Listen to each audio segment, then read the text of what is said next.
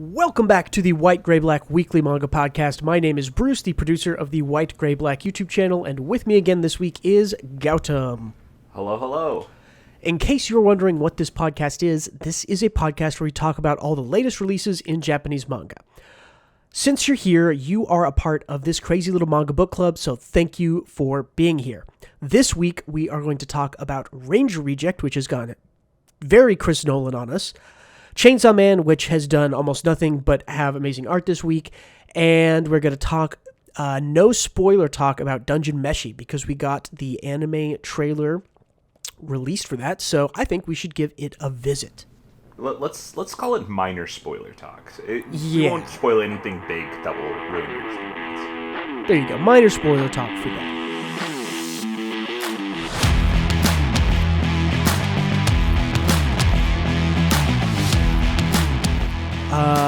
Let's get started with a little bit of news. The first news is about Dungeon Meshi, which we were just talking about. We got a trailer drop for Dungeon Meshi, that's Studio Trigger, and we got the air date of when that's starting. That is Winter 2024 season, which is next January, about almost exactly 6 months from the time we were recording this podcast. That will be starting. Man, it looks so hype. I can't wait. Ever since Trigger made it a PV like 2 years ago or something like that. They did a manga release trailer, something like that, right? Like manga preview, manga trailer, something like that. And yeah, it's really good. It's about a minute long. I think you can go search it. We'll get more into it a little later in this pod, but I look forward to it. It's gonna be great. It's a super good series. We like Adam said, we will talk about it more. How do you feel? Studio Trigger is not generally known for doing adaptations. I think that they're going to do a good job of it because I think they're a good team through and through, no matter adaptation or original. I actually think they might do a better job at this than some of their originals. Their originals are kind of hit or miss over the past 10 years or so. I think even miss might be a bit harsh because I think even their mediocre, like their lower quality ones are still pretty good. But I agree. They've never done adaptations before. And they've done one, I believe. They did. Have they? I can't think it of any. It was... Okay, well, if you search Trigger on Google, you get Trigger, Horse, Studio Trigger. There it is. They did...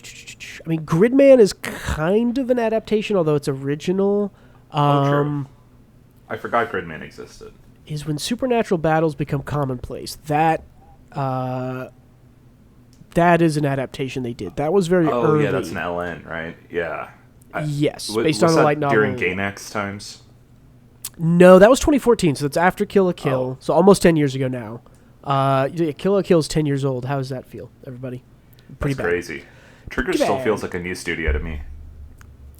I mean, compared to a lot of studios, they are certainly a very new studio. I would say the newer... Man, we could have a quick little anime divergent here. Are the new studios now just, like, better than the big old studios? I'm thinking of Trigger, Mappa, and Studio Orange, who's the 3D one who has recently done Trigun Stampede, Beastars. Those are all... studios that have come about in the last 10, at least rose to popularity in the last 10 years or less. I think a lot of talent, like there's a lot of new talent in the scene because it's Japan's like number one export. But also I think a lot of like the big names go over to the new studios because they're innovating and trying new stuff. Yep, I think that's absolutely true. I think a lot of you see like bad adaptations from studios that used to be kind of the name, like you see Madhouse put out Overlord season 3 and yep. Overlord season 2 and then Overlord season 4 and sorry, I'm bitter about Overlord, but also Madhouse used to be the name in kind of quality animation, but I think a lot of their talent went over to other studios like Mappa and stuff. Yeah, well, and some of their talent is sort of responsible for founding a lot of these other ones. I mean, like you mentioned, Trigger's founded off the back of Gainax collapse. And Gainax were the people who made They were maybe not main credited, but heavily involved with Evangelion. They did Tenga Toppa Gurren Lagann. They are main credited for both, and they decided that both cannot exist under the same studio name. And I'm kidding. That's not the reason they split. But no, the leader tax evaded, or something, right? Is that why they got shut down? I have no idea. I just know that the Eva part and the Gurren part made Trigger, and the Eva part, I guess, made the Eva movies. I'm not sure. Yeah. Yeah, End of Evangelion, yeah, all the OVAs. Oh, the original Appleseed is Gainax Gunbuster. I knew that they were big into mech stuff. So yeah, Fooly Cooly was Gainax. That might be what kind of maybe there. Yeah, Fooly Cooly is maybe the most pre-Trigger thing to exist. That's a Gurren Lagann for me. Gurren Lagann is, Gurren Lagann and Fooly Cooly are both same vein as all that jazz. So, anyways, all that being said, Trigger, it'll be really interesting to see. It's an interesting fit for Dungeon Meshi also, because I think Delicious in Dungeon is a manga. I'm trying to think of how to say this. When I think of Trigger, I think of really stretchy characters, really cartoony, right? Stuff is as big or as small as it needs to be. It's very Looney Tunes style of anime, and Dungeon Meshi has a very small amount of that, especially more of it at the start, but it's a bit more kind of serious and straightforward, I would say. So I'm wondering how that's going to mesh. Now, that being said, they did do, but even in Cyberpunk Edge Runners, which I thought was maybe more serious than most Trigger stuff, they still definitely had a lot of the kind of stretchy, size, distorted character animation type stuff. So it'll be curious to see. I don't think airing one way or the other will affect my enjoyment of it, but I'm curious to see which direction they lean. I don't know. I think there's a lot of flexibility there because Dungeon Meshi, or Delicious in Dungeon, the English name, it has a lot of Looney Tunes type hijinks and simpler. Simple character features, I suppose. They all feel like soft character designs. So I feel like their animation style might really work for it. Yeah, and I do think when the humor or sort of pliable character stuff happens, it does play into what Trigger's doing, and Trigger can make that stuff land really well. So I also think they picked the best fucking non-adapted manga for the job. This one is so fucking good, and it doesn't have an adaptation. Trigger just, and it's been around for 7 years now. I wonder when did this start. I had to reread 30 chapters today because I've been reading this for 5 or 6 years now. Yeah, this is about 9 years old. The original run started February 15th, 2014. It's a monthly published manga, and we're on chapter, what's the last chapter? 104 or something like that, 94. Or 97? 94? Okay, yeah. 94. Yeah, so essentially every 12 chapters is a year when you're doing monthly. So yeah, this is and it's been good. We'll talk about sort of the experience of reading it, but it's been good for a really long time. So this is smart from the publisher also, because it is approaching its climax, or not climax. It's about to end, I guess I will say. Yeah. So getting an anime in while it's still being actively published, they'll get the reprints. This I can guarantee you in 6 months when we're talking about it, will shoot to the top probably. So. It's kind of a funny manga because it always feels like it's about to end. Even in the 20th chapter, it feels like not like it's gonna get the axe. It's just that they're always kind of close to their goal. It definitely does a good job of. Well, you know what? Save it for the discussion because we're going to talk. Yeah, about it. We'll talk about the actual thing. The anime's coming. That's the news there. I want to touch on one thing in the sales because. What was it, 2 or 3 weeks ago, we touched on sales, and I remember saying, hey, this is what most sales weeks look like, right? It's Shueisha in the lead with their shonen stuff and everything. This week, which I guess technically is the 15th to 21st of May, is the week we're reporting on. This top 10 here has no Shueisha properties in it, which is interesting, wild. Isn't Shangri-La Frontier the only one, maybe? Shangri-La Frontier is Kodansha. So they're listed here kind of okay. on the bottom left, if I you didn't can even see. notice, yeah. Yeah, so the top 10 here for this sales section is Blue Lock, which is Kodansha, Diamond No Ace, which is also Kodansha, Tenshei, I Got Reincarnated as a Slime, also Kodansha, Tokyo Revengers, also Kodansha, Urawashi no Yoi no Tsuki, which I have not heard of, also, again, Kodansha, Akatsuki no Yona of the Dawn, that's Hakushensha is the publisher there. And these last four are all Kodansha, again, Shangri-La Frontier, a couple of Cuckoos, Kanojo Okarimasu, and Bakemonogatari, which is the final volume expected to see up there. So, yeah, this is a weird, and I started thinking about, that's weird. Why is there not a single Shueisha thing up there? And if you They go, just I don't think compete, to the... right? They just release their volumes at different times so that people are always buying. Well, and they also, so the manga that got canceled about 3 months ago, 2.5, 3 months ago. And those, I mean, and canceled manga aren't going to show up on here anyway. Mm-hmm. That means that Shueisha's running a little bit of a smaller magazine for a couple months. I also think that they know, I have not paid attention to the sort of yearly cycle of this kind of publication sales, whatever.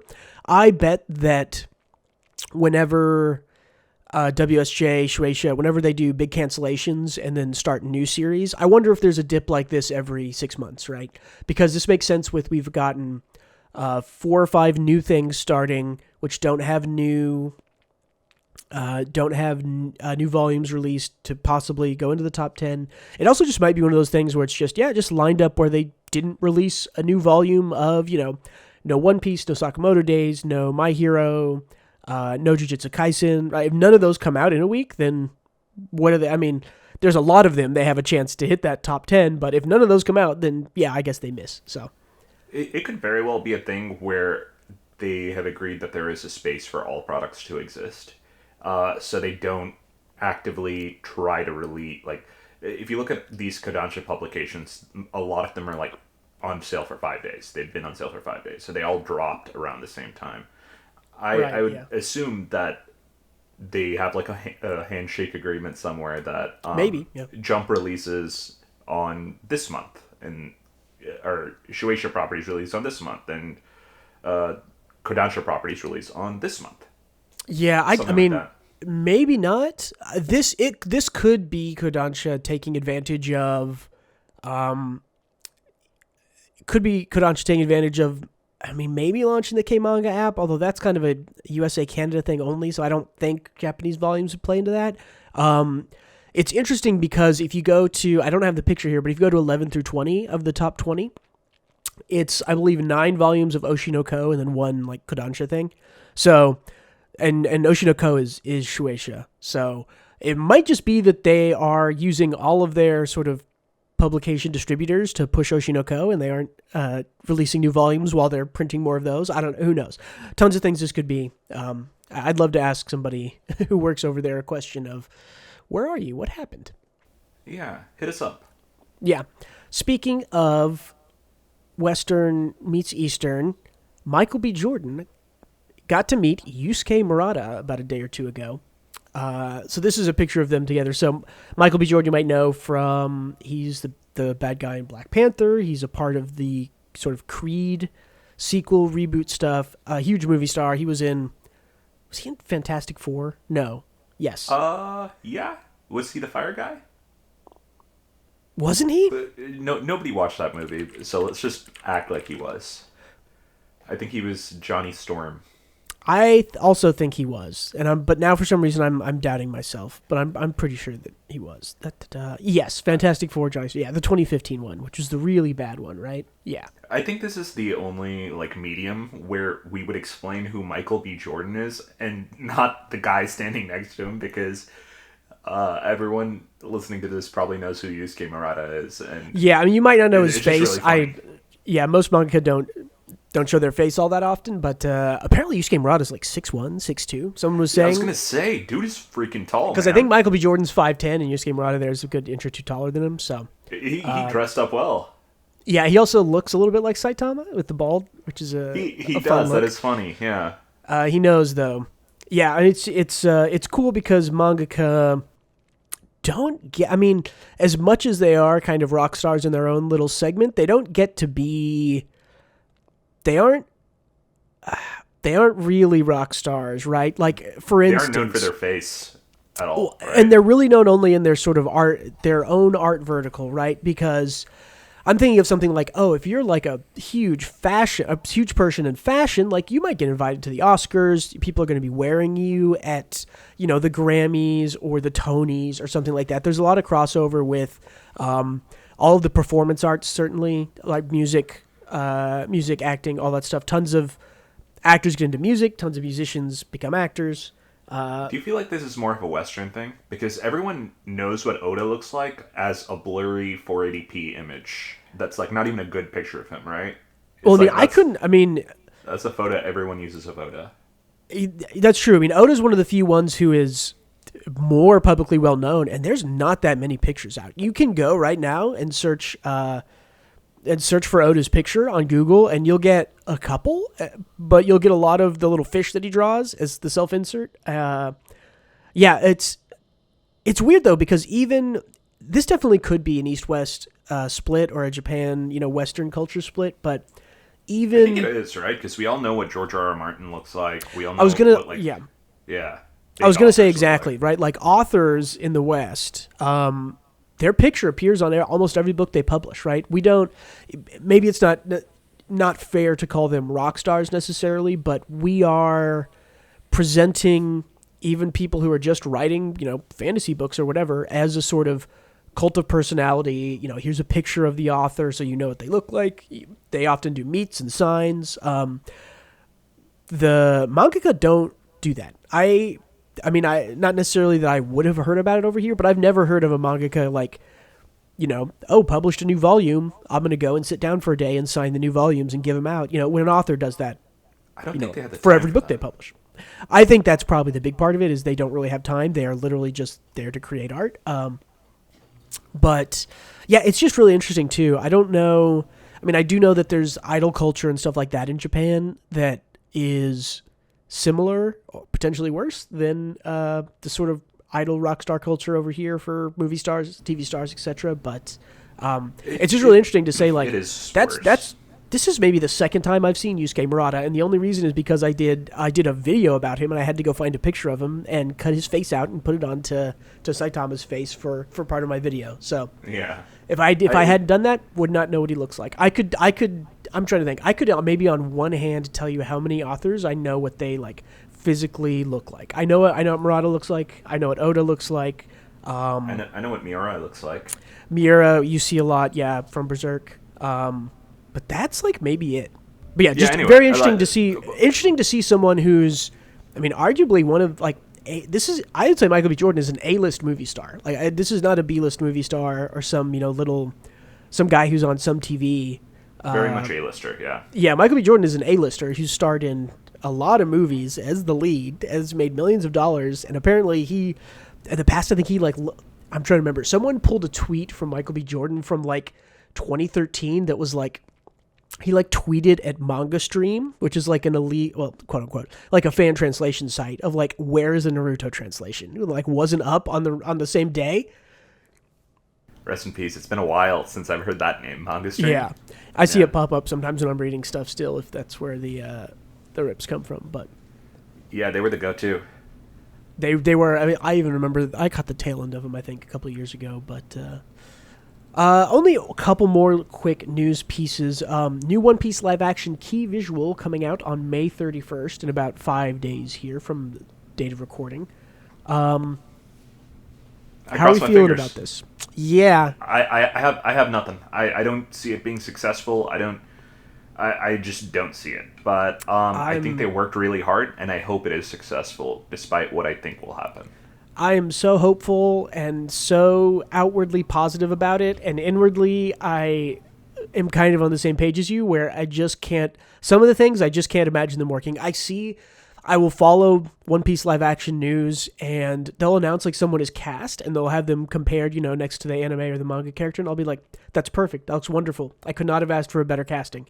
I don't know what the scripts are going to be like. I do know that Oda was involved a lot with the production, which I hope improves the writing and the story to some degree. The thing I'm most worried about is still the visual effects. I think literally Luffy's power is the biggest issue they have to conquer. I see no way that works. In a way that looks okay. See, the problem is it has to look goofy when they want it to look goofy, and it has to look cool when they want it to look cool. And that's like a tricky thing that works within the context of manga and anime. It's easy to do when you have control over sort of like, is this background, an impact panel from an action segment, or is it a goofy thing? And you control, facial expressions and eyeballs being drawn differently and stuff. But we'll keep an eye on that. When he turns into a giant balloon and deflects cannonballs, that's supposed to be goofy looking. But when he stretches his arm and punches Crocodile with blood on his fist, that's supposed to be cool. And they have to be able to it's the same effect. Make both work. You have to use the same effect to do both things. So yeah, it's tricky. I don't think if I was the director I would have a panic attack. But I just want to see it work. I hope they prove me wrong. I hope so too. One last piece of news here. My Hero Academia is on break again due to author health.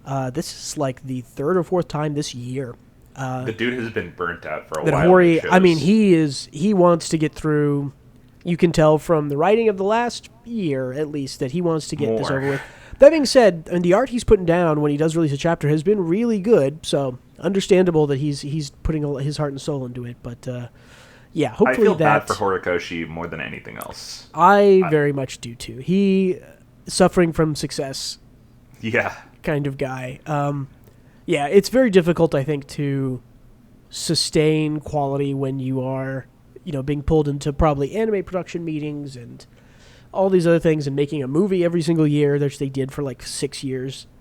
And I think the art he puts out every week is kind of fucking dynamite, right? So he's such a good artist. I would argue he's one of, if not the best, in Weekly Shonen Jump. I'm trying to think of.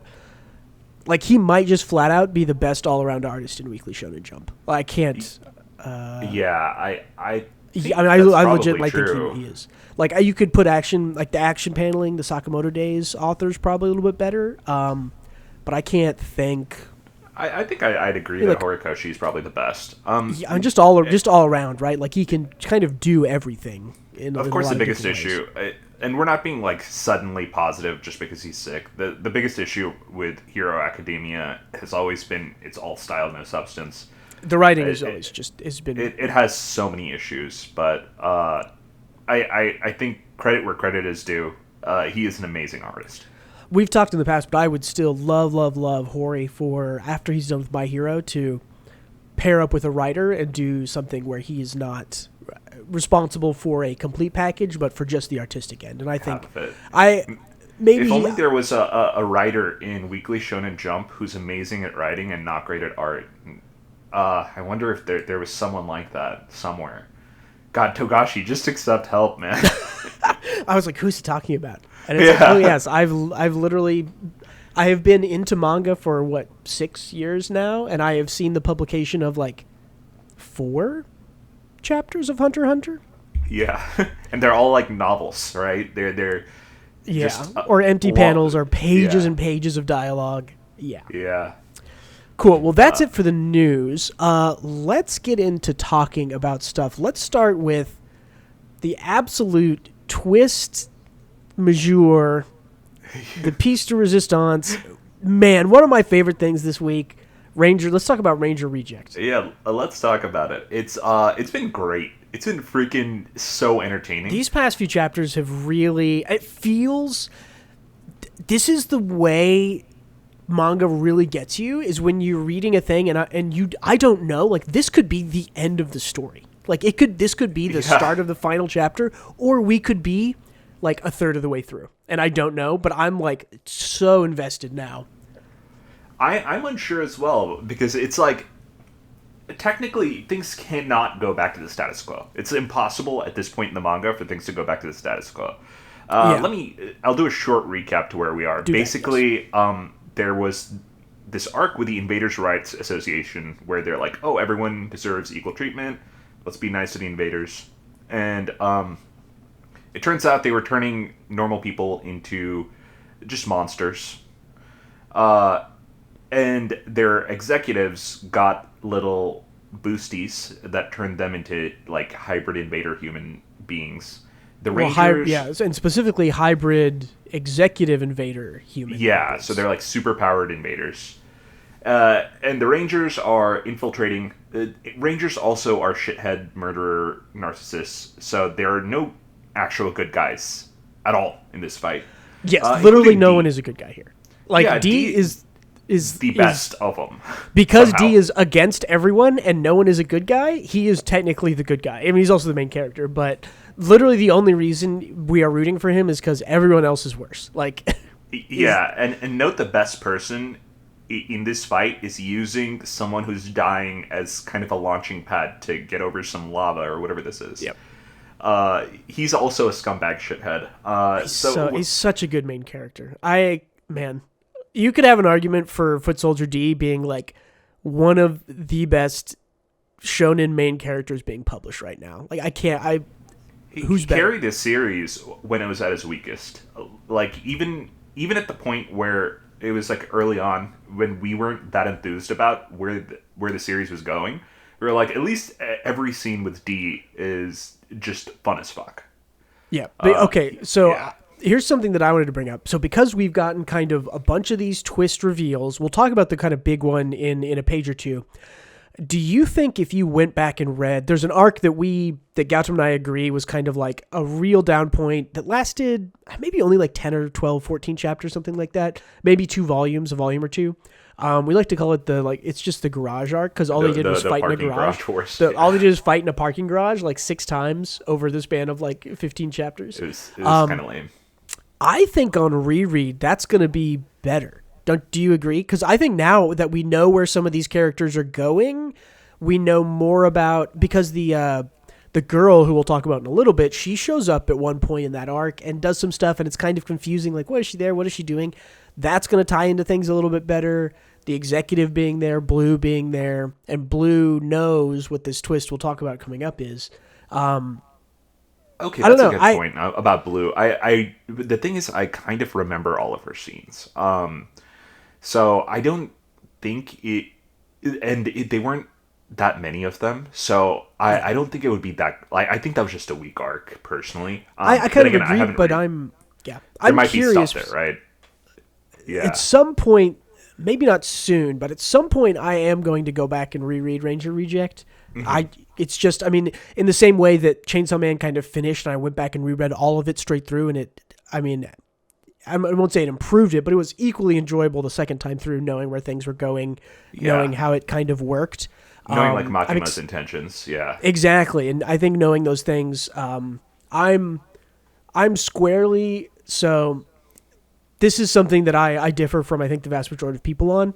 I don't think you can spoil something for me unless there is a twist, right? If you just tell me, if you go, oh yeah, it's a rom-com and it's about she forgets stuff and he I'm trying to think of what happens in 50 First Dates. He eventually doesn't jog her memory, but they still kind of promise, and he makes a really nice love video, and I was like, oh, okay. That's not a twist ending, right? Nothing came out of left field. It doesn't change the way I view the art, telling me how it ends or telling me what happens, right? The only thing you can spoil me on is a twist, or if telling me part of the story changes how I view the rest of it, right? Like, you literally cannot spoil a Marvel movie for me because Marvel movies legitimately do not have twists in them. Even telling me a big plot point like, I'm going to spoil the first Avengers movie? No. The Avengers movie where Gamora dies. You can tell me that Gamora dies. from Thanos, throwing her into the soul prism or whatever in the Avengers movie. And that doesn't actually change the way I see anything that happens before or after in the movie, right? That is not a twist. That is just an event that happens in the movie that I might not have known was coming, but it doesn't matter. To me, that's not a spoiler. It is, and I understand why it is for other people, but the only thing you can spoil for me is telling me, like, oh, by the way, you're going to, I'm trying to think, what's a big twisty movie? The Sixth Sense. Right, yeah. The Sixth Sense is a good one. That's a good one that everyone knows, right? Yeah. If I'm going to, I've never seen The Sixth Sense, never even heard about it, I'm going to watch it, and you go, oh, yeah, Bruce Willis is dead the whole time. You're like, that legitimately changes the way you view the movie. Mm-hmm. So anyways, that being said, rereads for me I love because once you sort of know what's coming and you can read into foreshadowing and you can see kind of more the flow of the story and where you are in the story flow of rising action, falling action, climax, all that jazz. I like knowing kind of where I am on the map of the story. So I really like doing rereads like that. So. And we won't get too into the weeds, but let me give you my perspective on even like minor spoilers and why they bother me. For me, it's about presentation. I feel like everything has already been done before, which is why spoilers don't affect you too much, so you can kind of see the narrative through line to where an author is trying to go. But for me, it's about the presentation of the plot point. So if someone describes a spoiler to me, they rob the author of presenting it themselves, and that kind of already implants in your head how things are going to work out.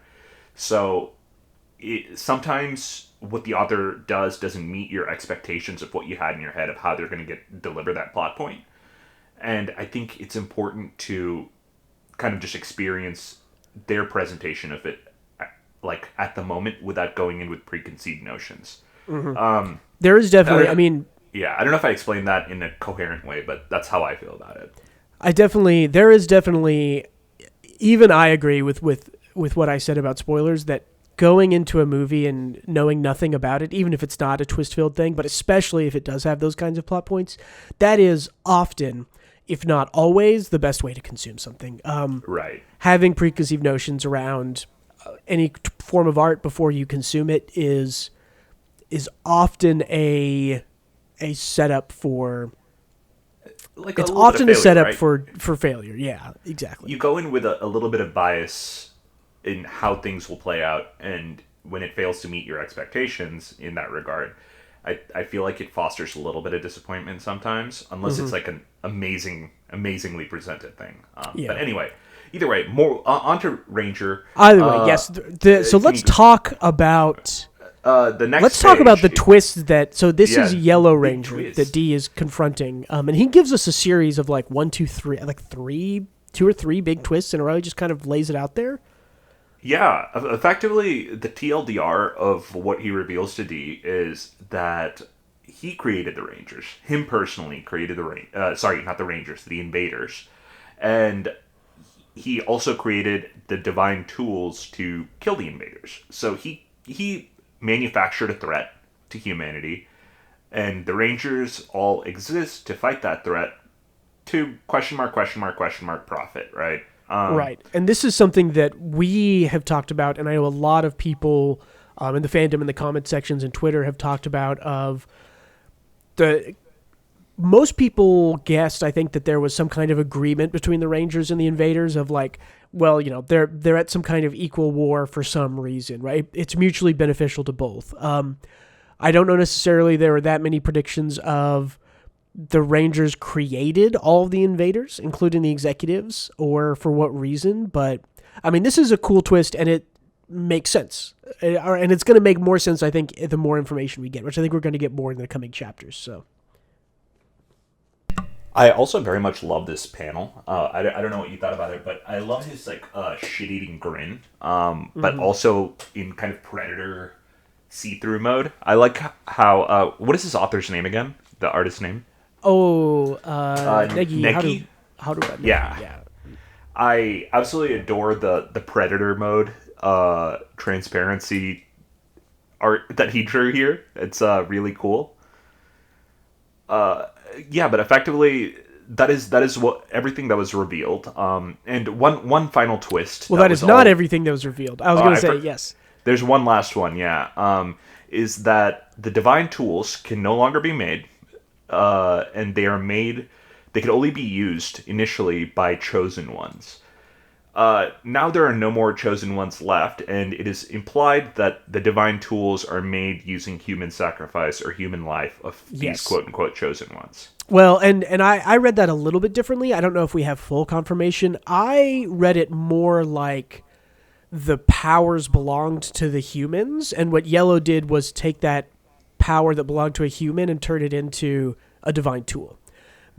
Just because the panel from Blue, where it was like, this one's her power. No, it could go either way. I don't think it's confirmed. But the way I read it from Blue was more like, oh, she had this power and she could use it, and then we turned her into a divine tool, and now I'm using her power through the tool. As opposed to, she had the divine tool and she could use it, and then now we sacrificed her and now anyone can use it, or something like that. So I have an inkling it is human sacrifice, like the life of the person is gone, and I only say that because of the stark realization from D and the shit-eating grin from Yellow Ranger here.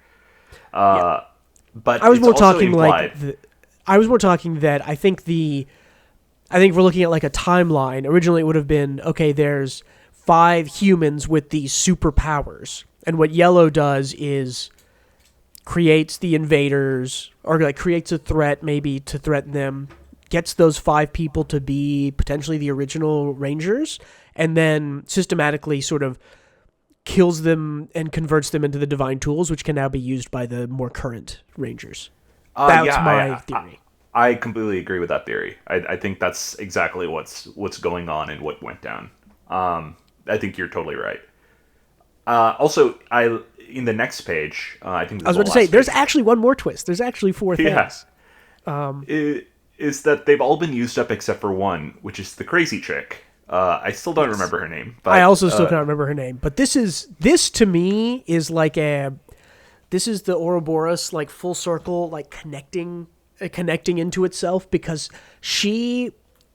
this character, and I'm gonna have to look up her name real quick because I can't remember it. I don't think they even say her name too much, but yeah.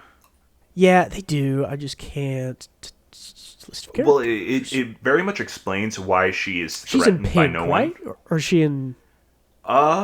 She's in yellow. She's in yellow. Yeah. Suzukiri. Yeah, that's who it is. She's the second commander next to the yellow leader. Yeah, Suzukiri. And it makes sense that she's in yellow, because if Yellow's the one who creates these divine tools, he would want to keep an eye on the last person who could be turned into a divine tool. Also, she is the most fearless character in this series to like an insane extent.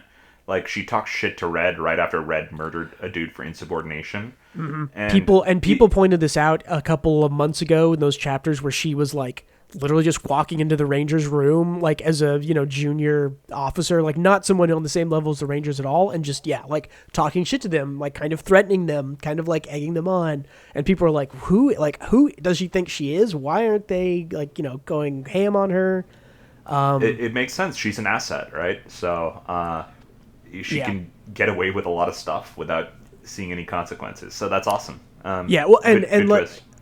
Like I was saying, this connects the story to me because ever since the very start, it's been pretty clear why D is motivated to do what he does. He's tired of just fighting and dying. He's tired of being looked down on. He thinks the Rangers suck. He's going to take them down. His motivation has always made sense as it's evolved through the series. And the other character, Sakurama, right? Right.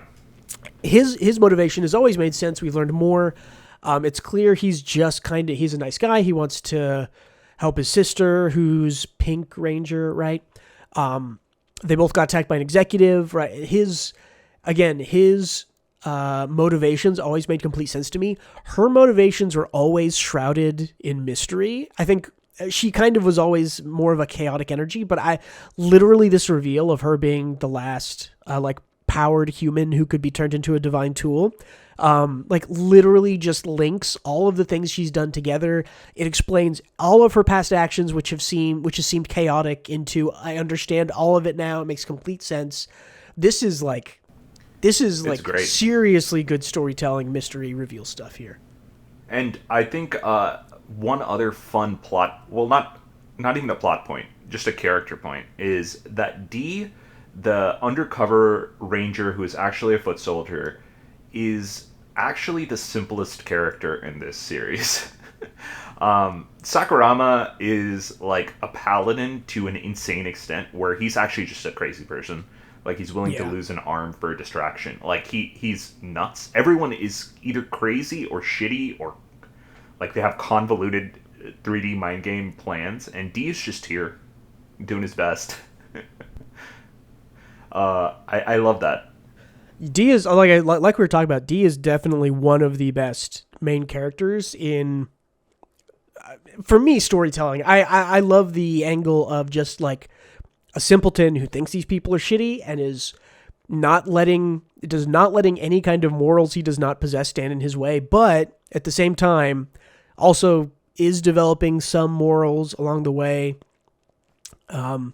He's great, but yeah, I mean, this chapter alone really, I mean, it really Nolan stuff up in the best way. Like this, I mean, and there's actually one more twist. I think there are actually technically 5 twists at the end of this. So do we want to even mention the very last one from the last page or not? I mean, we can leave it. Remind me, because I'm not remembering. What was the last There's Suzukiri. There's a bunch of tanks she sees. Do you remember that? No. We'll just say it. If I'll give you a time. Just say it. Just say it. I'll paint it. There's a bunch of tanks with Suzukiri clones in them at the end of this chapter that she sees, right? Oh, because they're trying to clone her. Or I think the prevailing theory is that they're using clones of Suzukiri to make the sort of lesser divine tools that the not Dragon Keeper Rangers use. I think that's where my mind is also, although it could be something different. That one isn't fully explained because that's literally the very last like panel on the last page we see. We truly are the end of Evangelion on this blessed day. Well, I mean, that's literally... I will not say which one, because I will not spoil that, because that is a movie that is very interested in you not knowing anything about it. There is a Christopher Nolan movie, and a bunch of people in tanks is part of a twist of that movie, and it's incredible. It's amazing. So if you don't know what it is, just go watch all his movies, and you'll figure it out eventually. Yeah, I mean, that's crazy. I mean, literally 5 twists / reveals in this chapter, and I'm not going to say it's changed everything, because for D it kind of has changed very little, but it has like recontextualized the whole story, and it has changed everything for the audience, right? Yeah, for the audience, and definitely, it's perfect call out. It has changed everything for the audience, even though it maybe hasn't changed anything for any of the characters, and that's a cool feeling, right? It's interesting because we see Dee's viewpoint for most things. So we absorb information the same way he does. It's funny that the spy character knows the least out of anyone, but it's just fascinating. Really good series. It has super good. It has picked up steam in a major way. And this is getting an anime. This is okay. We're now in the realm of like, when this anime starts airing, people are going to be like Attack on Titan threads on Reddit. I don't know if you remember. You think so? I think so. I think with this chapter alone, the amount of things that people are going to be calling out in the anime to not spoil for anime onlys is going to be maybe not quite as big as Attack on Titan, but it's pretty close. I would say It's the problem is there's kind of more information you don't have until the middle or later in the chapter of like the things that Blue said, right, which we get a flashback to. I just don't know if it can hit that level, because I don't think Attack on Titan is much more sort of like, whoa, what? And it's also a cool reveal, because that twist that I think most people know what I'm talking about is very like, the twist is revealed and then immediately it's a big action set piece from it. So, and I don't know if we're going to have the same here or what, but I also think it's because Attack on Titan is like so unique at the beginning as well. Like, this is just a Power Rangers clone, so that I think Attack on Titan has that appeal of it being its own thing. Yeah. I do think there's a little bit of a similarity in that Attack on Titan starts as a shonen, and then around the time that you start getting the twist reveals, it's very much trying to subvert the shonen super-powered hero is always right. I mean, it does it for sure is doing its best to subvert the, tragedy befell the main character, so now he fights back, and he's always right. Like, that's clearly Eren Yeager is not your normal shonen hero or even your normal hero in any sense, or even anti-hero. He's something else entirely. I think this depends on which point of the series you're in, right? Yeah. Well, exactly, and that's one of the great things about Attack on Titan is that, yeah, you could pick it up literally arc to arc, and it is a different sort of style and series.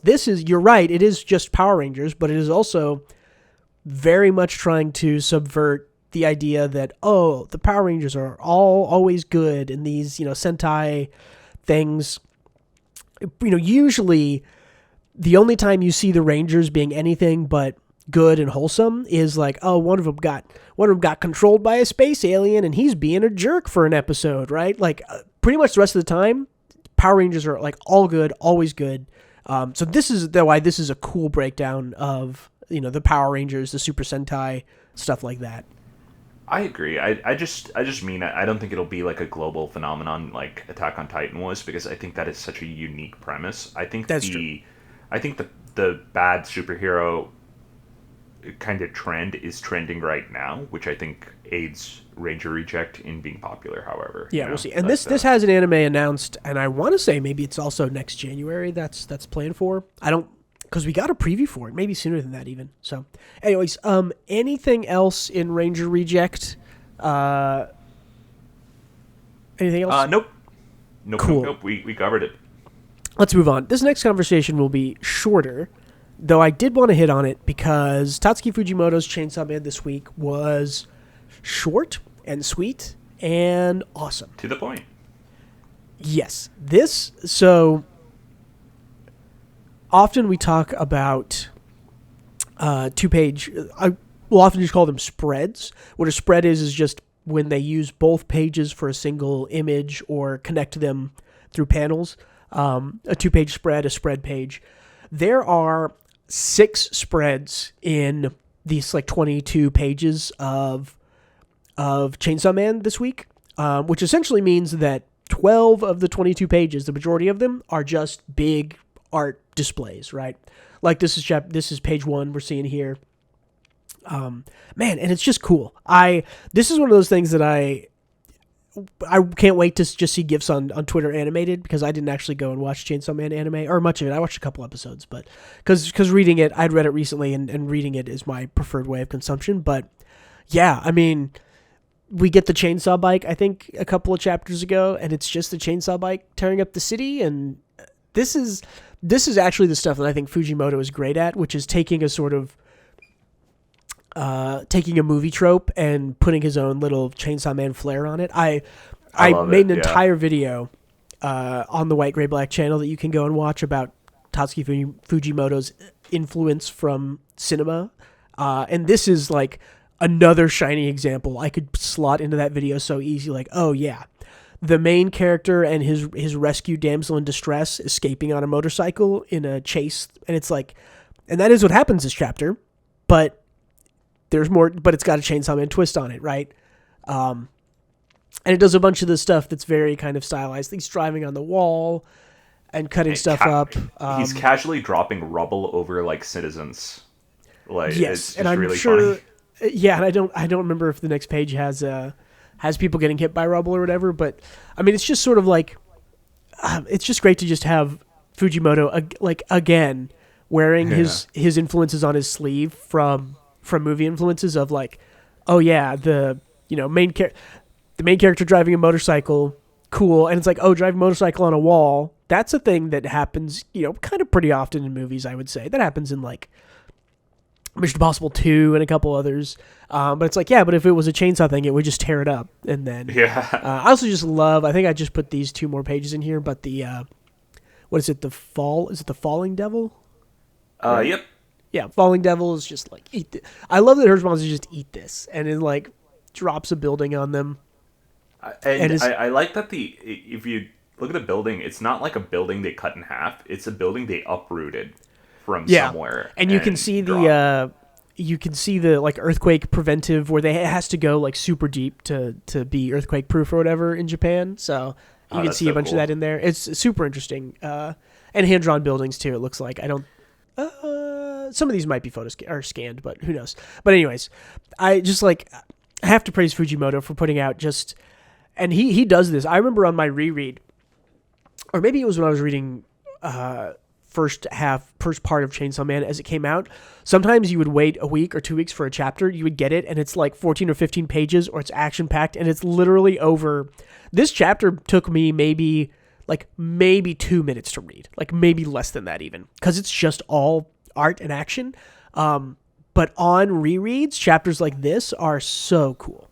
It sucks to wait 2 weeks and to get kind of no progress, but at the same time, when you're rereading and you realize like, oh, wow, he like built up, and then we just had a big chapter with 6 double spreads, all this action art that's really well done, all these cool visuals.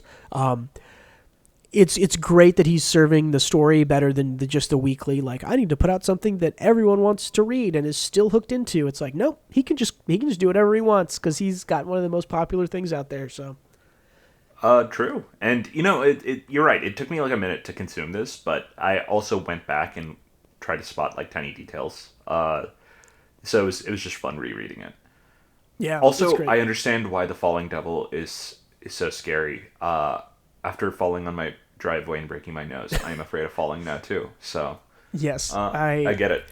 I mean, falling is like, I don't want to say it's a little bit blunt, but like it like kills old people, right? Like you get really old if you fall down. That's why they have the life alert necklace things, because if you fall and you're old, it is certainly a fear to be had. And falling from heights, that's I think the biggest fear is heights or maybe it's public speaking. Public speaking, heights is second, but it was like a 2009 stat, but it was public speaking and then death.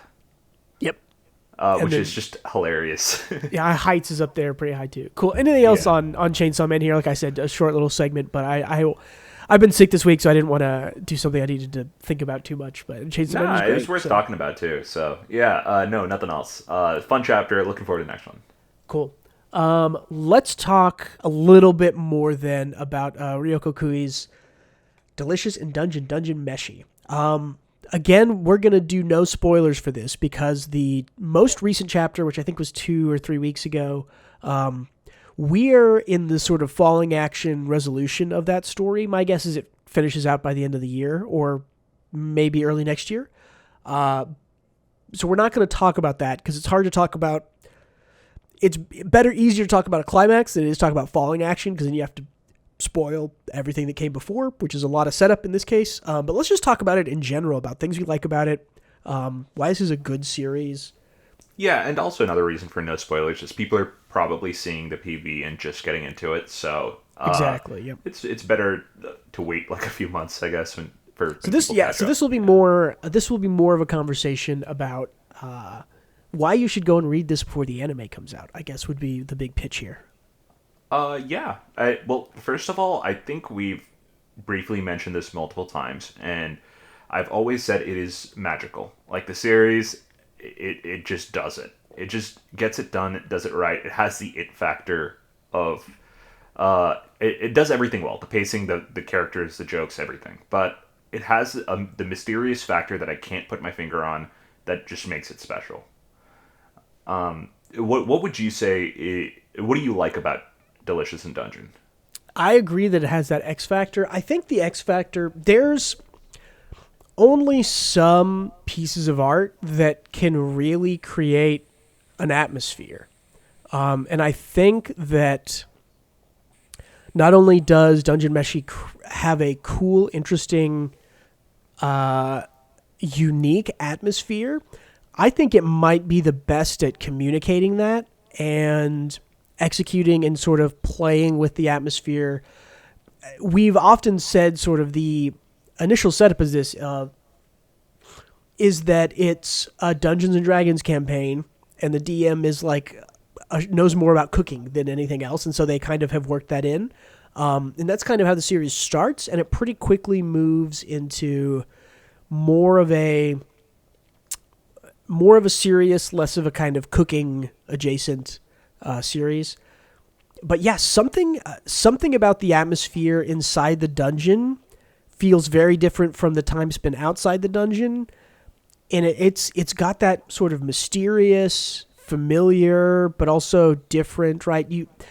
One of the examples I'll use that's only really a very, very minor spoiler, but at one point they come across like a water tentacle monster, kind of controlled by a little like ball, and that was one of those things that felt like, oh, this is very D&D. I can see something like this happening, but at the same time, the sort of context that it was in this kind of like darkened, like water only world that was very weird, but it's kind of very weird, but not super weird. Just like a little twist on a thing that you know, or a thing that is very not generic, but a very familiar fantasy trope, I guess you could say.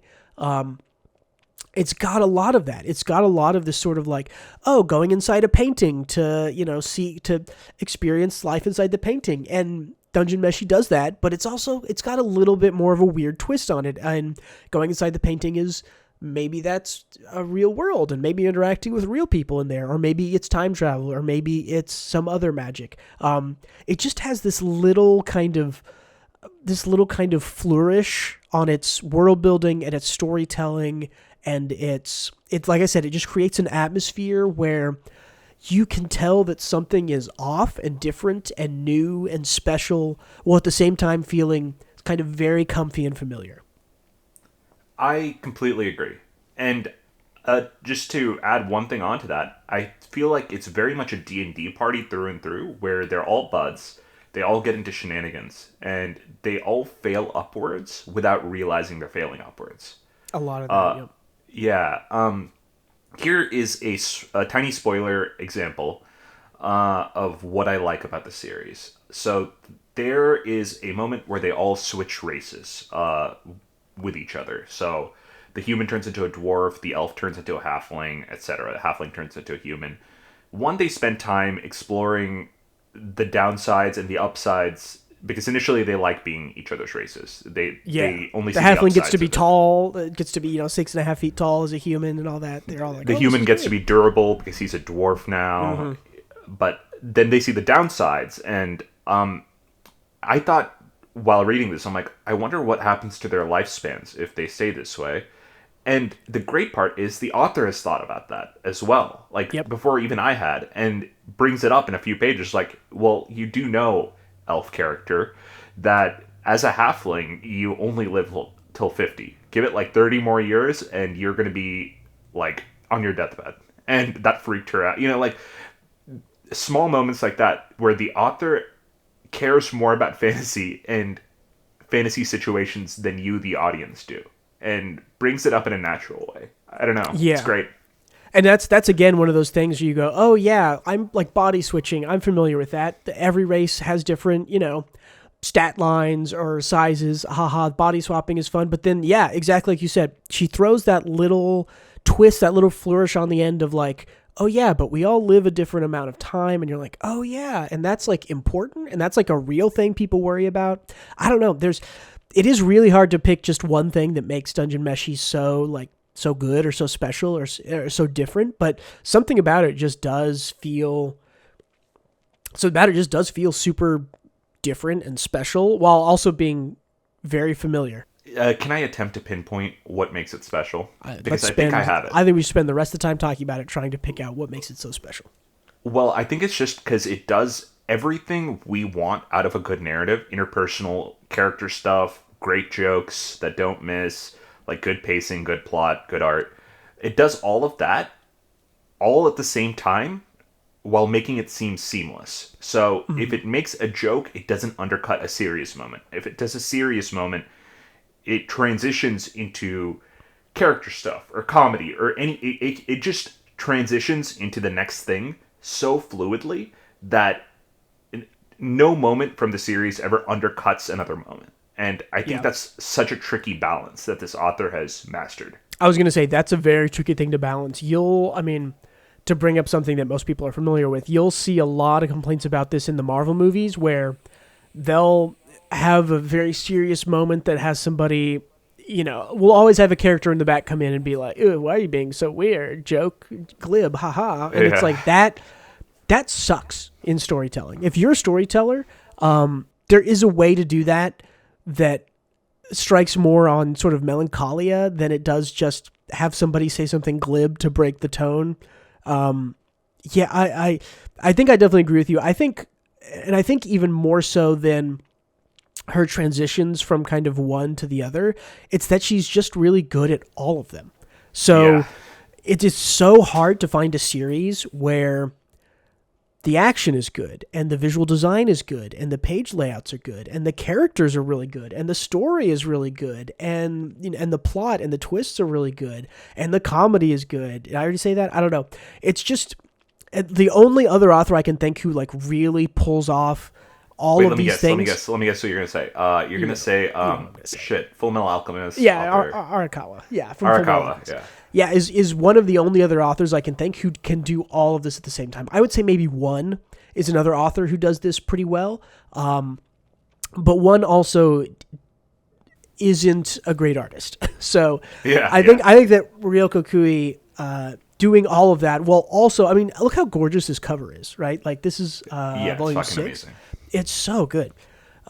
Doing all of that while also being sort of a great visual design. I know a couple of weeks ago we brought up Dungeon Meshi and talked about how she does the little character studies with the race swapping and stuff like that of the fantasy characters.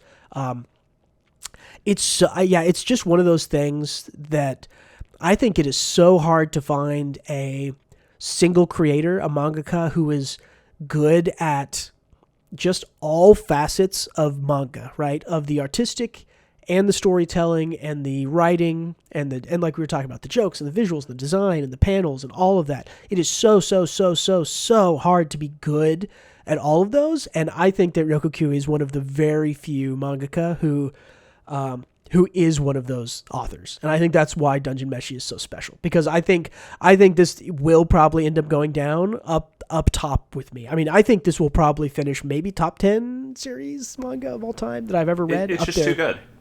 It's just so good. Yeah. And it's good in everything it does.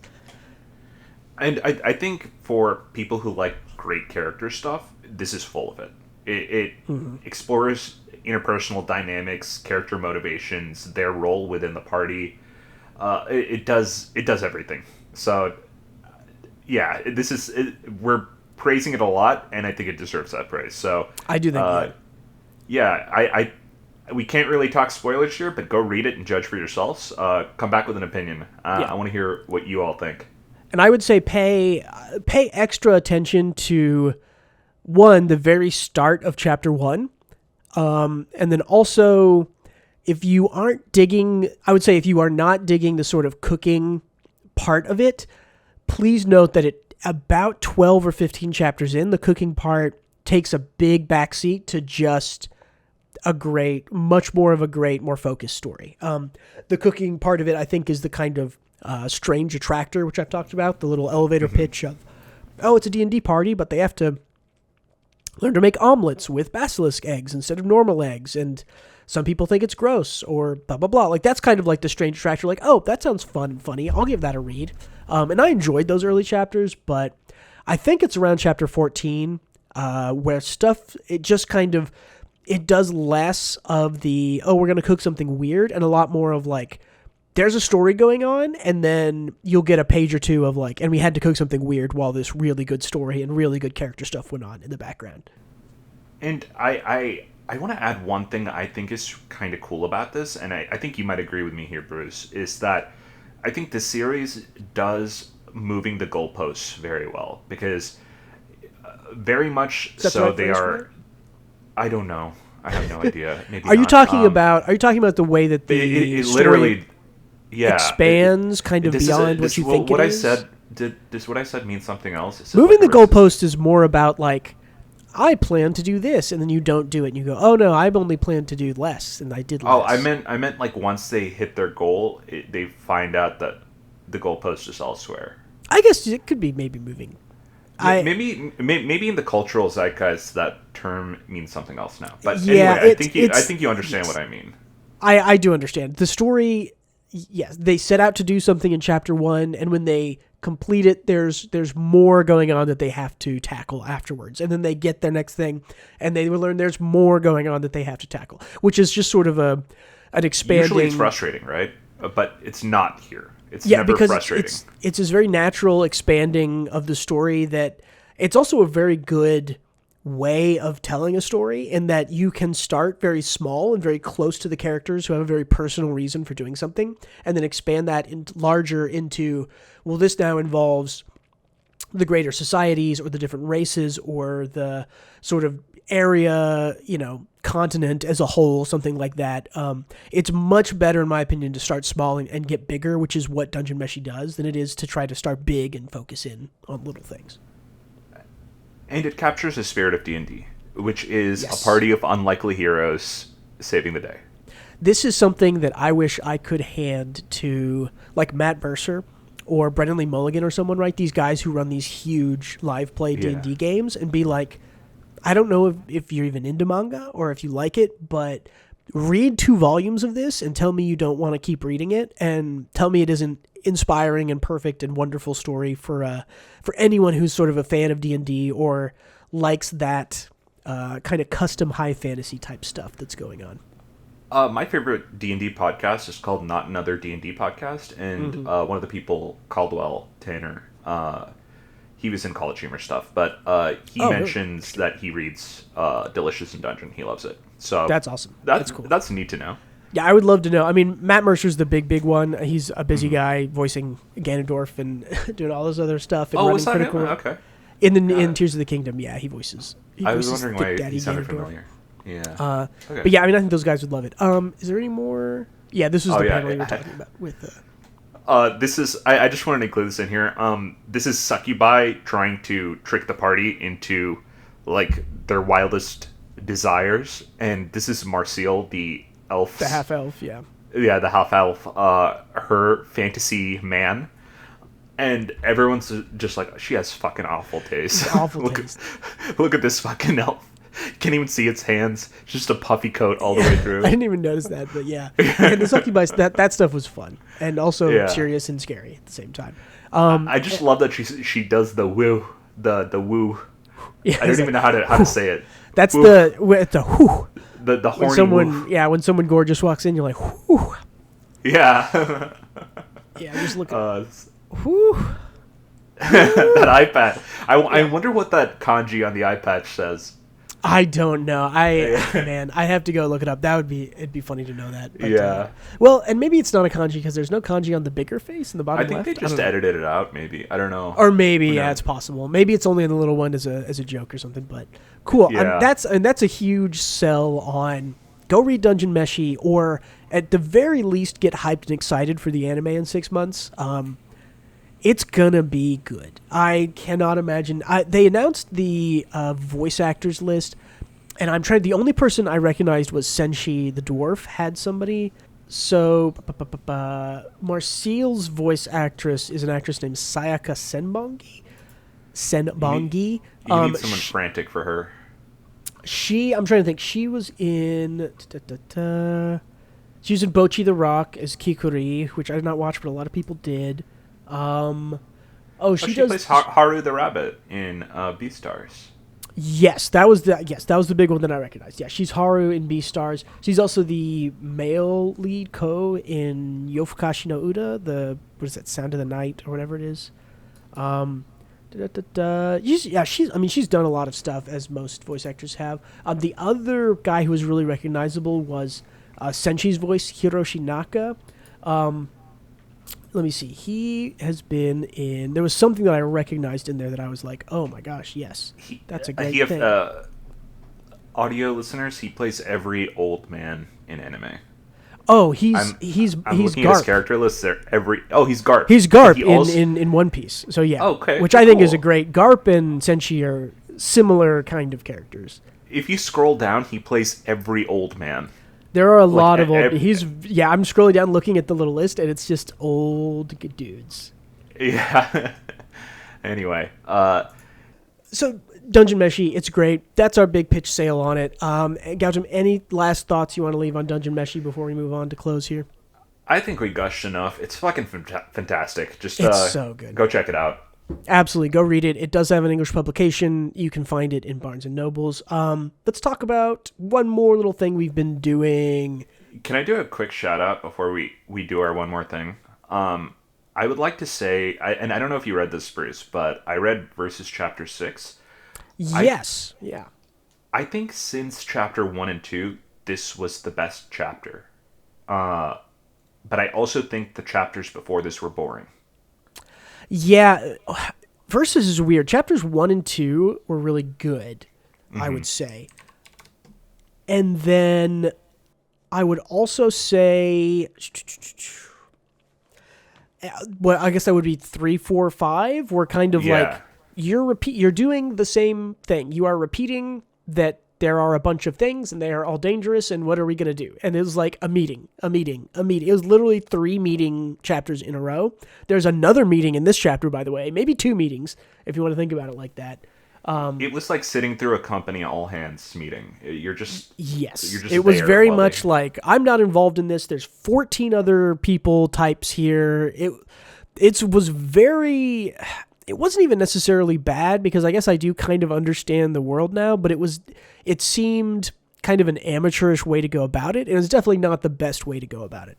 It was the exposition dump, and I feel like we got the gist after Chapter 3. That was perfect.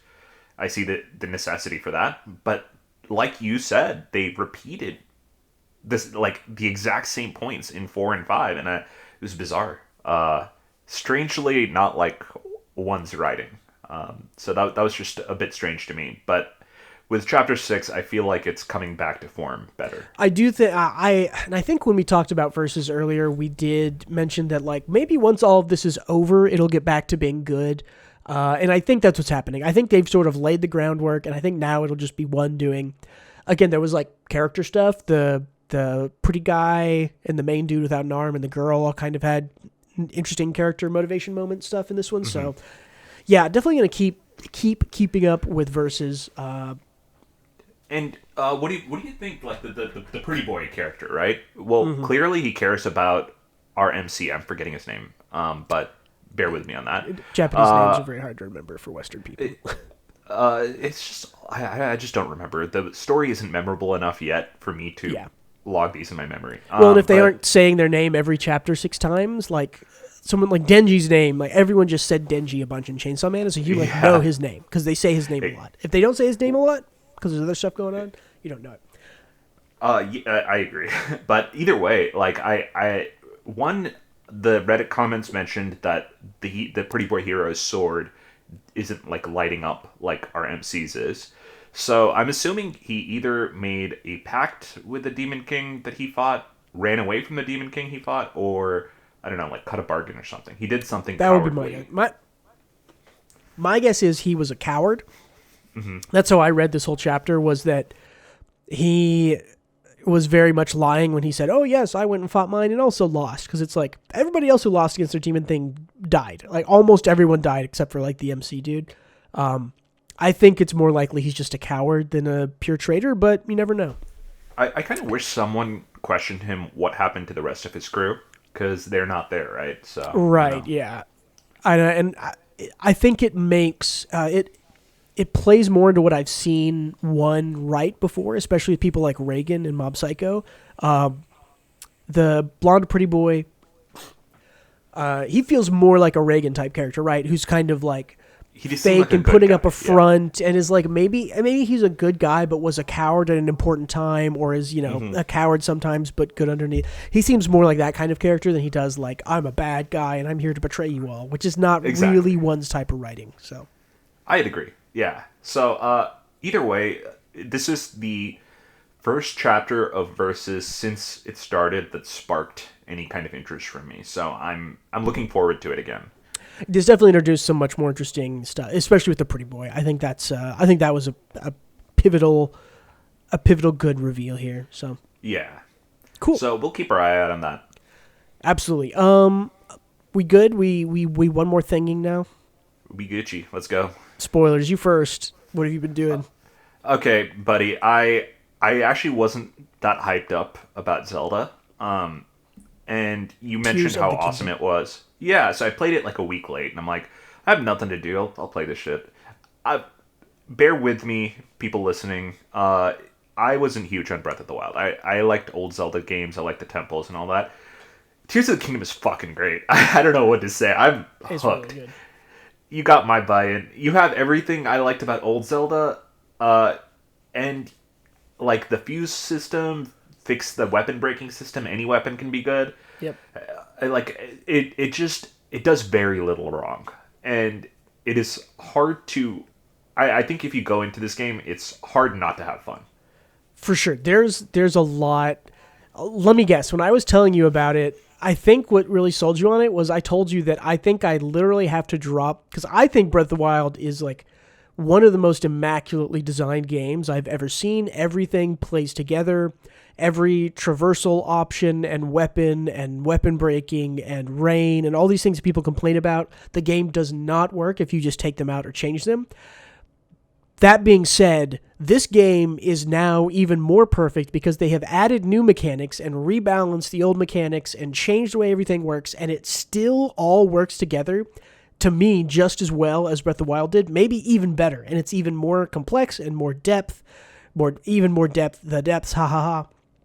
Yeah, I literally think I have to drop my score of Breath of the Wild, and I put 400 hours into that game. I was unemployed when that game came out, and all I did was play that game. Personally, I think a game is a piece in time, right? I don't think you have to drop your score just because something is better now than it was back then, right? But it's like, but this game... I see what you mean. It's just... Yeah.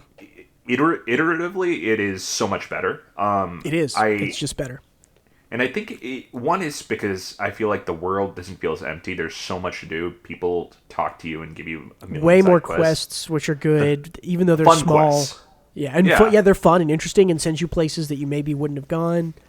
Yeah, the powers are better, which makes the shrines better by default. Powers are better, shrines are better. More fun. Yeah, the Zonai, what do you call them? Capsules, build anything. I mean, you've seen it, right? If you're on Twitter or TikTok or anything at all, you've seen Korok torture machines or giant laser mechs, or somebody built Metal Gear Rex that I saw today on Twitter. That's insane. It's just so much fun. And the thing is, if you don't really want to interact, if you're not a builder type person, if you don't really like Minecraft or building things, you don't really have to do all that much. Like, you don't have to interact with that.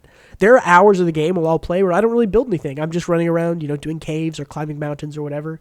It's very cool that it's like, how do I feel like playing this game? Am I just going to go and build and fly? Or am I going to, put my boots on the ground and climb mountains like it's Breath of the Wild again? And you can do either. And I'll say, I'm not a huge builder. I'm not I never played Minecraft. I'm not a huge builder guy. That's not where I get the fun in the game. I like building in this game, and it has been fun. But for me, the best part has been how great the traversal is with all the options you have. I'm a huge traversal guy. I like Spider-Man for that reason. So fun traversing that game. I know Bruce doesn't like it for different reasons. The only reason I didn't like Spider-Man is because you could not reverse the Y-axis, and the camera. 25 years I've played with inverse Y-axis because I grew up starting playing flying games. My dad played a bunch of plane games, and it's like I can't unlearn that. I could. It would take me a year or more, and it's unfun for me to try to do that. I'm going to leave you. I just don't realize one way or another. I don't know. Yeah. I'm going to leave you with something to tease you. Of a shrine in Breath of the Wild that I think you'll think I'm joking or lying, but I am not. There is a shrine that you should look forward to, which is literally the ending of Halo 1 in a shrine. Do you know what I'm talking about? Yeah. Yes, getting off, this shrine is literally the end of Halo 1, the shrine. Oh, it's so fun. That's hype. I love that. It's super cool. All right, that's what I got to say on Zelda. I feel like I've been too positive this episode, so on to you, Bruce. I have also been playing a bunch of Zelda, but at the same time, I started reading Monster again. I was about 40 or so chapters in previously. Now I'm like 60 or 70. I'm almost halfway through, or maybe right at halfway. God damn, man. Naoki Urasawa, if you go back, how long ago did I read Pluto? Maybe at the beginning of the year, maybe right before? Probably 3 months I think ago. It was January. Yeah. Something like that. But I mean, I raved. I absolutely raved about Naoki Urasawa's Pluto.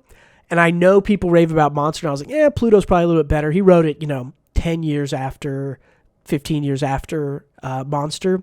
Man, Monster is it's so good. Okay, I need one thing from you then. Give us an elevator pitch without spoiling anything. Like the beginning is fine. Of course. This is the best story about a serial killer you've ever read. That's insane. Like, that's a high hands bar. down. And it's not even because I will say it's not necessarily okay.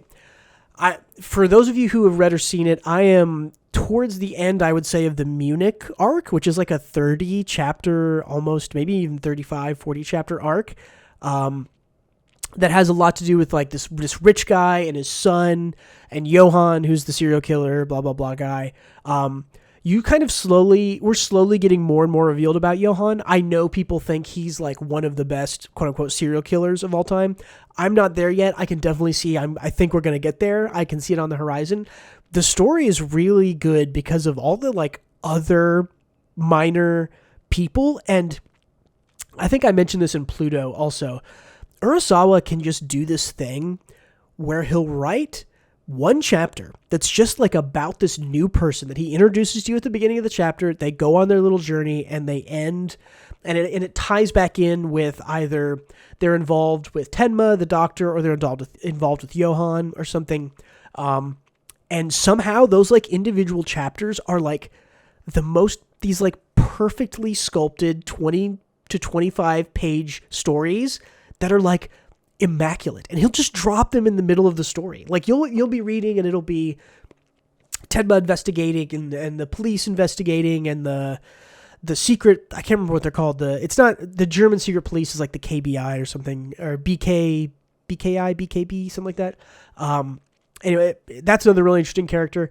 And you'll be doing all these things, and you'll read a new chapter, and you'll be like, oh, weird, do I not know this person? Do I remember them? And you'll read, and you'll get to the end, and at the end they'll die, or they'll just like bump shoulders with another character, and then you start the next, and it's just like the most perfectly like, it just literally, he just drops like perfect individual chapters in the middle of this story, and he does it like every 10 chapters. I will like put down, I'm reading it on my phone, I will put it down and I'll be like, that's maybe one of the best individual manga chapters I've ever read. I've done that. I can count 4 times in the 60 or so chapters I have read of Monster. And I mentioned it in Pluto, but when I read the first like 8 chapters of Pluto, there's like 3 chapters in a row where I was like, wow, that was like the best manga chapter I've ever read individually. And the next one is better. And the next one is even better.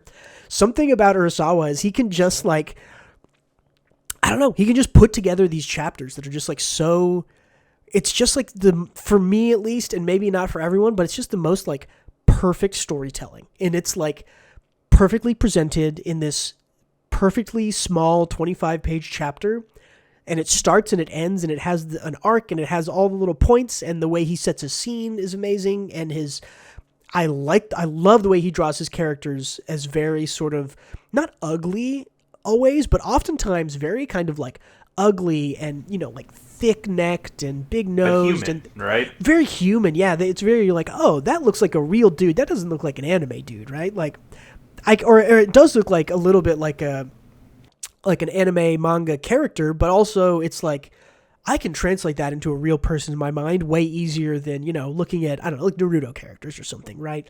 I don't know. He's like, I'm consistently sold on Urasawa being like maybe the greatest manga author of all time. Like Pluto blew me away, and picking up Monster and reading more chapters of it, I am again like just blown away by how good the writing is, and how he's definitely not like the best artist in the world, but how like appropriate and good his like paneling. He does this really cool scene thing that I really want to make a video about it. So maybe this is a preview for a future video if I ever get back to that. He does this thing when he sets the scene where he'll always give you like a zoomed out picture of the setting, and then he will zoom in on the setting, and then he will show you the people, and then he will zoom in on the people. And he does this like every single time he does this. Like almost every chapter starts with like, here's where we are, here's where our characters are specifically, here are the characters, here's the one we're focusing on. He does that in sort of 3 or 4 panels every time, and it's just like, you don't even think about it, but the flow of always knowing sort of where you are in the story, where you are in Munich, in Germany, and like where your characters are, it's like super important to following along with the story. It's something that like One Piece has concerns with, I would say, although Oda knows this and will often tell you, hey, we are now here in this location specifically. We got the mini-maps, Oda kind of handles it in a very straightforward, I don't want to say non-skilled way, but he just kind of says, I know you might... shonen Luffy One Piece way, right? It's a very sort of like, hey, I know you might be lost, we're right here, I'm pointing where we are. Whereas Urasawa always does this very skillful, like, here's a picture of the outside of the library. Now we're inside the library. Now we're looking at a bookshelf, and on top of this bookshelf is Tenma, and we're zooming in on Tenma. This is his expression, and now we've suddenly, in the span of 4 or 5 panels, we've gotten our specific location, where our character is, our character's face and what they're feeling or saying to start, and then he starts the chapter, right? And he does this every time he changes a scene. So he's just just the storytelling of Urasawa is just like, it's insanely good. Monster, I think at the start starts a little slow and chaotic. Well, I at expect the same this whole time. thing to be a slow burn, right? It is very much a slow burn, but at the same time, again, he will occasionally just drop a chapter, and you're like, that was one of the best chapters I've ever read. So it's a treat to read. I'm loving it. I am hopefully going to try to get through it before the next podcast we do. We'll see if I can. It's 75 chapters left to go. I'm a huge fan of things that reaffirm humanity. You know, like not even in a positive way, but things that make me feel more connected to humankind. And I think there are works that do that. Not like I'm a robot or an alien, allegedly, but I think there are series that you read or view that hit the core of humanity, good and bad, and just say, hey, this is the human condition, this is how we act in certain situations, and that's what it is. And that resonates deeply. And I don't know if I am describing this in a way that makes sense to everyone, but... you would... Yeah. I think I told you this when I talked about Pluto. You would love Pluto. And I think you would also love Monster. Because I think Urasawa's work have that same through line of this sort of humanity thing. The big tension in Monster, and anyone who's seen it or heard about it knows that the very sort of plot hook is Dr. Tenma saves this child, Johan, when he's very young, like 8 or 9. Johan grows up to be assumed a serial killer. He kills all these people. He kind of frames Dr. Tenma, or Tenma gets caught up in it, and he's accused of murder. Isn't it a moral decision? Because he could either, he's a brain surgeon that could either save this rich benefactor or this child. Yes, essentially it was he was like, hey, the next it was like the next surgery up is this kid, and like a rich guy or a politician or somebody dies, and he goes, and everyone's like, you have to go save him. He's very important. You have to go save him. And he goes, no, like I'm in the operating room with this child. I'm saving this child. And so, but there's a lot of stuff like that. But the big friction, the kind of storytelling impetus to a lot of the story is that Tenma feels responsible for saving Johan. And so he thinks, well, I have to be the one to stop him, to kill him. But at the same time, there's all of these kind of signs and signals. Again, I'm only halfway through the story. There's all these signs and signals that say, like, it's very kind of Batman-esque, where it's like, never take a life, don't take a life. You're a doctor, you're committed to saving, you've made whatever that promise is, where do no harm, save Hippocratic people. Oath. Hippocratic Oath, there you go. That's like the humanity in Monster is all about, can a person dedicated to saving lives, is taking a life the right thing to do if it saves more lives? can he do it when the time comes to it? There's all, and I don't, because I'm in the middle of it, I don't know where we're going to end up with all these questions, but the fact that Urasawa was even getting at them, it's very similar to Pluto, right? Where Pluto's very much talking about is anger and violence a part of the human condition? Is it something we need to embrace? Is it something we need to throw away? Is it something we need to reject? And he plays around with that with robots and humans. And again, all stories about robots are stories about the human condition, if they're worth anything. So I'm seeing a lot of very similar through line, those humanity type things you were talking about. So yeah, I mean, if you know the sort of Munich arc that I'm reading, if you're familiar with it, literally Tenma is on top of a bookshelf right now, and that's like, I mean, it's tense. I'm ready to get back to it. So you'll have to report back when you finished it. I will, yeah. I want to hear. I want to hear like kind of what you thought. Yeah, I'm loving it, and I know that people like the anime and the ending, and Johan, I know, is going to get better. He's already a great character. I have not seen as much of him as I have of some of the other characters, and he has not been explored as fully, because I'm only about halfway through, so yeah. Also, this is great. It's inspired like a bunch of shit everyone loves, like Psychopaths and Death Note and all that, so. Yeah, and those seem like cheap ripoffs now that I'm reading the OG. Really? Huh. Yeah. Well, and the fact that he wrote this in I think Monster started being published in 94, maybe. It's such a cool I love reading things that are like recent history period pieces, right? Like, oh, this takes place in 1996 or 97, I think, is when most of it happens. And it's like, that's so interesting to go back to a time where it's like, some people have cell phones, but very, very few. Most people have to call through whatever things. There's no internet, really. Do you think our time currently will be looked back upon as fascinating? I think even if you went back to 2012, I'm thinking of I don't think that would be interesting to me at all. Well, maybe it's because I lived it.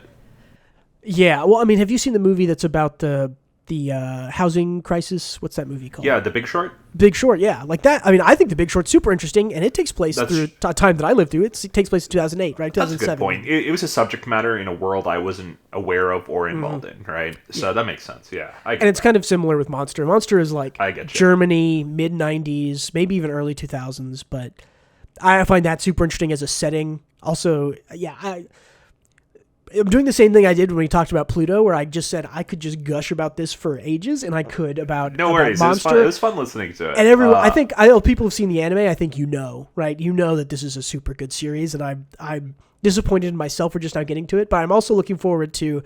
I added Urasawa's other series. I added 20th Century Boys, which I've heard is maybe the best thing he's ever written, and Billy Bat. I hear that too.